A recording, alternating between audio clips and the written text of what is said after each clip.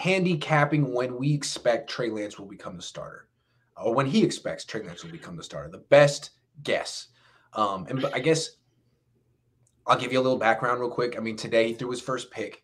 He hasn't looked bad yet. He was 9-13. There was a drop. He threw a pick. He missed he missed Dwelly. He missed Kittle open in the end zone. Those were his incomplete passes. The pick was forced pass over the middle that a linebacker stepped in front of. Other than that, really strong arm, really mobile. You've seen him play before. Seems to be, you read what they said about him in Peter King's article, that he's spending the most time in the playbook of anyone on the team. And Deebo Samuel says he has balls out there, pardon my French. Seems like the organization is impressed. I'm impressed. When do you think that Trey Lance ultimately will become the starter? Sorry to talk so much. Yeah, so I've been pretty consistent with this one, right? I keep talking about when he's ready. I use that term, when he's ready. What up, Jason? Hell of a job on the camp coverage, by the way, Jason. Hell of a job, Jason. Shout out. Subscribe. Yeah. Make sure you do subscribe. But I've been consistent, right? I keep saying when he's ready, right? And when he's ready is so vague. And even Kyle Shanahan says when he's ready as well. He's like, when he's ready, everybody will know. But he doesn't even give a description of when that is. He just says, I'll know and everybody will know. Yeah. But if you want me to put a more specific timeline on it, then you got to look at the history, right? I mean, Ben Meyerson posted the stat. I think all 10 quarterbacks drafted in the top. Let me get the stat correct. Yeah. This was a great stat from Ben Meyerson. Yeah. He's been on the show and is really good. Writes for all 49ers. Subscribe to him. He was saying basically since 2011, since his rookie wage scale came into effect, every single quarterback who's been drafted top 3 has started week 1 except for 4. Yeah. Bortles, Trubisky, Mayfield, Goff. Of those 4, 3 started by week 5, and the other one, Goff, got in by week 10. Right. So that's a great stat, right? That's really important to look at, because why? When you look at the rookie wage scale, it's prudent for any team to take advantage of their quarterback being cheap as early as possible. That's why we keep talking about the benefits of having a cheaper quarterback, and the Chiefs with Patrick Mahomes, all of those things. That's important.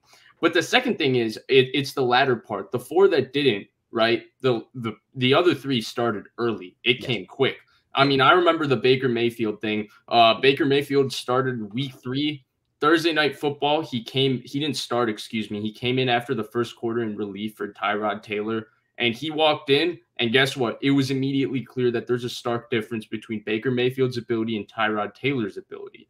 Now, he might not have been as mature as Tyrod Taylor, and throughout the season that Bart, I think he threw 14 interceptions, and he did turn the football over more than he did even for the last 3 years at Oklahoma when he was breaking quarterback efficiency records. But the natural ability of Baker Mayfield was very much clear from day one. And you looked at Baker Mayfield when he first started in week 4, and it was pretty obvious that why didn't Baker Mayfield start week 1 and 2? What did Tyrod Taylor show? Like, there's nothing Baker Mayfield could have changed between weeks 1, 2, and 3, for him to suddenly become Baker Mayfield. Like, his arm wasn't getting stronger. He wasn't becoming more accurate. He wasn't going to become more mobile in the pocket, right? It was just a matter of not wanting that pressure of having him starting week 1, which is why I think it was more of a conservative decision to start Tyrod Taylor. Similar thing with Justin Herbert last year, honestly. And so I think that's kind of the path the Niners will end up following, right? I keep going back to the when he's ready. I just think that they'll give, because of the $26 million cap hit for Garoppolo. And I keep talking about how Garoppolo doesn't matter, and I still don't think he matters at this point. They traded too much, invested too much in Trey Lance, where it's all about Trey Lance and when he's ready. But I don't think they'll push it too much this season just because of the state of their roster. Having Garoppolo, I think Garoppolo you'll see early in the season, maybe the first couple weeks, but I think it'll become fast, because the problem is when you're the bridge quarterback, and the bridge quarterback is always less talented than the starter. Even though Garoppolo is better than your average bridge quarterback, he is less talented than Trey Lance, just as Tyrod Taylor was less talented than Baker Mayfield. Just as you go down the list, I mean, Sam Bradford was less talented than Carson Wentz. They're all less talented than the guy that you drafted, which is why that guy was a top 5 overall pick. And so when you look at it like that, I think the most important thing is that you're going to see plays, right, where Garoppolo maybe has a poor play, and all of a sudden, trying Trey Lance, people start calling for Trey Lance, right?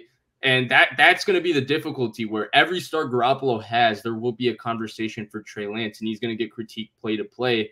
And the moment he has a bad game, really the fan base, I think, and everything will start clamoring for Trey Lance. And that's how I think he'll end up starting. So I hate predicting, but you put me in a spot where I have to predict. So if I had to predict, I think somewhere within those first 5 weeks, Garoppolo is going to have one of those bad games, and it's going to just move and be a perfect segue to the end of Garoppolo and into Trey Lance. Yeah. So you would have to say at this point, you're thinking he's probably not going to start week 1 if you had to bet money on it. If I had to bet money on it, I would bet money that they wouldn't start him week 1. They wouldn't start. But if you ask for my opinion on it, if he's ready week 1, forget Garoppolo. No, I think that's absolutely possible he starts week 1. I already bet basically $50 that he's going to start week 1 with my dad. Well, a nice bottle of wine. I already made the bet. Okay. So we'll see. But if he doesn't start week 1, as Ben Myers has pointed out, as you pointed out, he's probably starting by week 5 at the latest, most likely. Mm-hmm. And here's the thing. Let's say Jimmy starts week 1 against Detroit. It's possible that Jimmy plays great. It's also possible that he doesn't, even though it's Detroit. The thing about Jimmy is he didn't play well week 1 last year. That was the loss to Arizona. He didn't play well week 1, 2019. That's where he threw that. Was it a pick 6 against Tampa? To Vernon Hargreaves, yeah. Yeah. He didn't play well in week 1 of 2018. That's when he threw 3 picks against Minnesota. So he's a slow starter. He could lose, or he could get hurt, in which case Trey Lance would be – if Jimmy Garoppolo loses week 1 to Detroit, Trey Lance is starting week 2. Can we agree on that? Yeah, 100%. Because if they lose week 1 to Detroit, the sky's falling. No, absolutely. So I feel like the Niners have to be aware of that. And it's like, it may not happen. Jimmy could win, and then you could kind of work it out 2, 3, 4 weeks later, or that happens. So the other thing they could do is, if Trey Lance is really looking good and they don't want to talk about it, they never call it a quarterback competition, but he's really looking ready, in their opinion. Then they put Jimmy Garoppolo out there for 1 preseason game, and they make him 10 for 11 with some screens and a couple quick passes, but nothing where he holds the ball longer than 2 seconds. And you trade him that week for whatever you can get and pay for half his salary. And just say, you know what, we pumped his salary up as much as we can. He's healthy. Let's count our blessings, trade him now, and go all in, as opposed to waiting until potentially week 2. I just think they won't do that. I think they're looking for value for Jimmy Garoppolo. Otherwise, they would have already traded him and signed some other guy to just. Well, I guess what I'm saying is, if he starts week 1 and loses and they bench him, then they're screwed. Yeah, they're done. The value's gone. No, I 100% agree with that, but I also think they're looking for too much value from him in the first place. I just think that you're not going to get compensation, similar to what they even got originally at this point, just because all the jobs are taken, right? There's no buyers in that market right now. If they bench him week 2 or week 4 and leave him on the bench the rest of the season, that's a big mistake. And I think it's a mistake. Big mistake. But you know what I think? I don't think it's a big mistake. And here's why I don't think it's a big mistake. They've already put so much into this quarterback position and invested so much in Trey Lance that even if they get nothing of value for Garoppolo, if Trey Lance is really good, then really that 1 pick or whatever, you can kind of brush it under the table, because you can just be like, well, yeah, we didn't get anything from him, but Lance is really good. We got that part right. And you can move forward like that. So that's fair. No, but the only reason I say it'd be a big mistake is you got $26 million on the bench when your cornerback situation is dire. Like today, Emmanuel Mosley's been out the whole time because he tested positive for COVID. So they let Tim Harris Jr. start at that spot for 4 days. He was awful. And today they just had an open competition. I almost got a rep. They were like, Grant, do you want to try? Because I was like, nah, I don't think that's fair. I haven't warmed up, but that's where they're at. So here's the counter argument, though. They haven't addressed the cornerback position even when they have had assets to be able to address it. But that's not the only position. But that's not the. But you know what I'm saying? That's not the only spot. I'm saying even if they have $26 million available, we keep throwing out this idea of go get Stephon Gilmore. That's just an idea. There's no way this team is going to actually end up going and getting Stephon Gilmore because they don't prioritize investing in the cornerback position. Their biggest investment was getting Jason Verrett on a league minimum contract.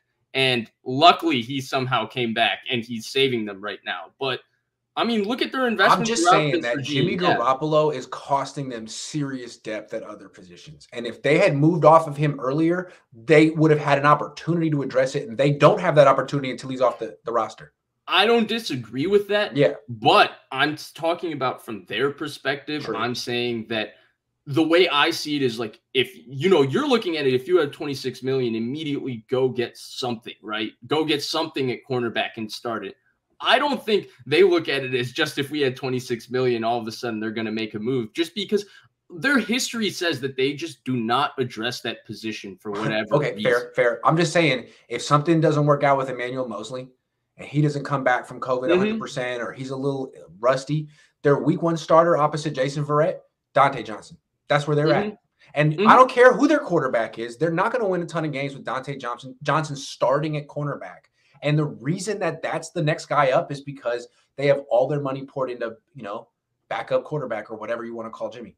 Right. So, and I mean, to kind of put a bow on this, right? Because this just became a Jimmy Garoppolo topic, right? We just kept talking about him. But the reality of it is a Trey Lance topic, and it is when Trey Lance is going to be the starter. And it keeps going back to this idea of top 5 quarterbacks play, and they play early, right? I think the point is, and I think the most important point to me is, I think a lot of people are obsessed with this idea that somehow Trey Lance is going to get markedly better by not playing. And I really push back on that narrative. And I asked the question of how much of these quarterbacks are actually getting developed in the NFL today, right? Like 20 years ago, the old school thinking was if you get a guy to sit in a system for 2-3 years, you can get him ready to play. But with the way the game is, how easy it is for quarterbacks, how much coaches are adjusting their system to run the few concepts that quarterbacks have run since they were like 15 years old, playing in 7-on-7 leagues and all of that. Really, these quarterbacks, besides Josh Allen, who's the one example, aren't getting markedly better, year to year. Like Justin Herbert, week 1 is not going to be that much difference from what he was week 2 to week 17. It's not like because he sat week college 1, football and he got that much better. Isn't that stark anymore? Like right. Joe Montana ran the option at Notre Dame. He was running the option at Notre Dame. Yeah. So then he had to learn the West Coast offense. I mean, the stuff that Trey Lance is doing right now, he did all that stuff in college. It's just like speed of the game, that kind of stuff, like new verbiage. I like saying verbiage. But look at Baker Mayfield, right? What has changed about Baker Mayfield since he walked in from Oklahoma? When he's had a good system and a decent offensive line around him, he's been a really good quarterback, a top 15, top 8, 16 quarterback in the NFL. When he hasn't had that, he hasn't played well. It's not because Baker Mayfield, the player, is getting better. Like, he didn't get better from year 2 to year 3. His surroundings got better from year 2 to year 3. Deshaun Watson walked into the NFL and was leading the NFL in touchdowns by like 4 touchdowns or 5 touchdowns. He was a star from day 1. Patrick Mahomes sat 1 year. Sure, you can call that development, but then he had one of the greatest statistical seasons for a quarterback ever in his second. I just want to say real quick that I think that Lance can develop on the field. Yeah. That's what I'm saying. He lacks so much experience that he really, I'm seeing him now. Last thing I want to say. Well, I think we can kind of transition to the next topic. I'm going to answer the questions. I haven't lost them. How the Niners are going to use Lance until he's a starter. And then how they're going to use him after he's a starter. I did want, if you don't mind, I wanted to just go back to your last point as you can improve on the field. I think that's important, right? Yeah. Deshaun Watson has improved year 1 to year 4, but he's improved as a quarterback. Not in terms of, he hasn't gotten markedly better. Like, he's improved from his ability to play from the pocket. And that's where Lance will get better from that. But he's not going to get better at playing from the pocket and becoming a drop back passer, which is really what he hasn't done in college and what he's not going to have really do in the NFL his first couple of years by sitting and watching Garoppolo do it. He's going to do it by starting 4 years and doing like that. But And when he plays it first, he's going to play the way he played in college, which is 20 throws, 22, some runs, safety first. And then they're going to build from there. They're not going to come in and be like, all right, here we go. We're going to have you like 40 throws in the game plan. And we're going to ask, they'll build up to that through experience in game. Right. Yeah. But they're not going to be able to sit him 1 year watch Garoppolo play, and next year, And if be they better sit him for in, it. he'll be already ready to be the perfect drop back passer and all of that. That Only just way he doesn't needs to sit happen in in here the is if NFL he anymore. literally can't memorize the playbook or something like that, and that's not going to be the Yeah. issue. I Michael don't says, think Grant, that's the we all issue. know that Trey is a cannon. Do you think Trey can develop a beautiful pass with touch? Cap never had any touch on any of his passes. What do you think? Yeah, he has a way more flexible arm than Kaepernick. That's And true. he has a quicker release than Kaepernick. And it's not that he doesn't have touch. His touch is just not consistent. I can pull up throws where he throws with ridiculous touch and accuracy. For him, it's just about consistency. And the question with him when Experience. consistency is just because you haven't seen anything enough to say that he can actually do that. You know, you see a couple of great deep balls in college, then you see a couple of bad ones. Well, you only see like 6 of them total. Not 6 is a small number, but you know what I mean? You see a very small number of them total in his entire college career. How do you know if he's good at it or how do you know if he's bad at it? Because the good ones are really, really good, and then the bad ones are not so good. Double B Studio says Jimmy G is going to get hurt in the pistol or trying to do something for Trey. I hope he gets traded and healthy. Nah, I give the Niners some credit. They're going to protect Jimmy. They are not going to get Jimmy hurt. They have one objective. It is trade him for the best value possible. They're not going to get him hurt. I believe it. Trey says, I was at today's practice. Shout out Jason, who I met today. Cool. I think the biggest mistake Kyle is having is not allowing Trey to play with the ones. What do you think? I don't think it's that big of a I don't think it's that big of a deal because he's like playing with, and a lot of people have been mentioning that he's been rotating through and getting chemistry with the receivers and all of that. And the other why does he need to face Jimmy Ward and Jason Verrett? Yeah, why? Yeah, you know, it's only going to hurt Jimmy's value perceived. Yeah, and I don't think that changes anything. And then the other thing is, if you remember, Deebo Samuel, his rookie season, did not play with the ones almost the entire training camp, I think the entire preseason, and then he started week 1. So this is not something like that. I mean, obviously different position, different player, picked at a different point and all of that, but it's not like just because he needs to play with the ones, that means he's not going to be ready to be inserted with the ones at some point. Robert says, Grant, how come on Q&As of Shanahan you don't get to ask a question? Dude, I was the one that asked today about Ross Dwelly, how he's improved. I heard that. Yep, it was Ross Day.